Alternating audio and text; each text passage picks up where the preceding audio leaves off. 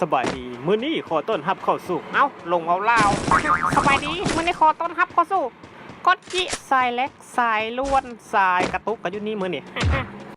มื้อนี้ลิ้นคู่เด้อลิ้นคู่แต่ว่าหมู่โดดลงมาแต่เครื่องบินกับไปเพื่อไปมั่น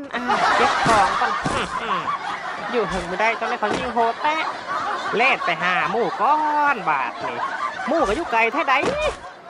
ฟาร์มของไม่เต็มจักเธอบ่จะมีมาหากันเนี่ยฮะกระเป๋าเวลซิปพุ่นบ่เดี๋ยวนี้ฮะเข้ามาได้ตายปะเดียวได้คอยนี่ดอกตายคอยเล็กปานนี่ทั้งเล็กทั้งกระตุกทั้งลวดเอาเป็นเพิ่มเอารถไปที่มาอยู่หลังคา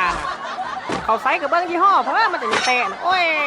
ทันเครื่องบินกระตาแตะมีหมื่นบ่ราคาเฮินคนนี่เพิ่มละขึ้นไปขี่ได้อยู่ถึงผู้โอ้ยสร้างทิ้งลงเนาะจักที่เชื่อหมู่กับน้ำมาฮอดแท้ไรจะน่ากระตายปะเดียวแล้วเลยแล้วมัน2 คนเลยนะมาไวๆได้เสี่ยวมาไวๆไปเสี่ยวไปบักเสี่ยวมึงจะเก็บของมันลักษณะและเสี่ยวเลยคนเดียวนึงจะเก็บโอ้ยปอบเอ้ยโอ้ยคดพิษโอ้ยล้วนมึงจะเก็บนะเก็บไปเฮ็ดมูลบอกว่าปอบเอ้ยมันลักษณะละไปจนได้ตายโอ้ยเซ็งดิลิ้นกับสายความเนี่ยเนาะ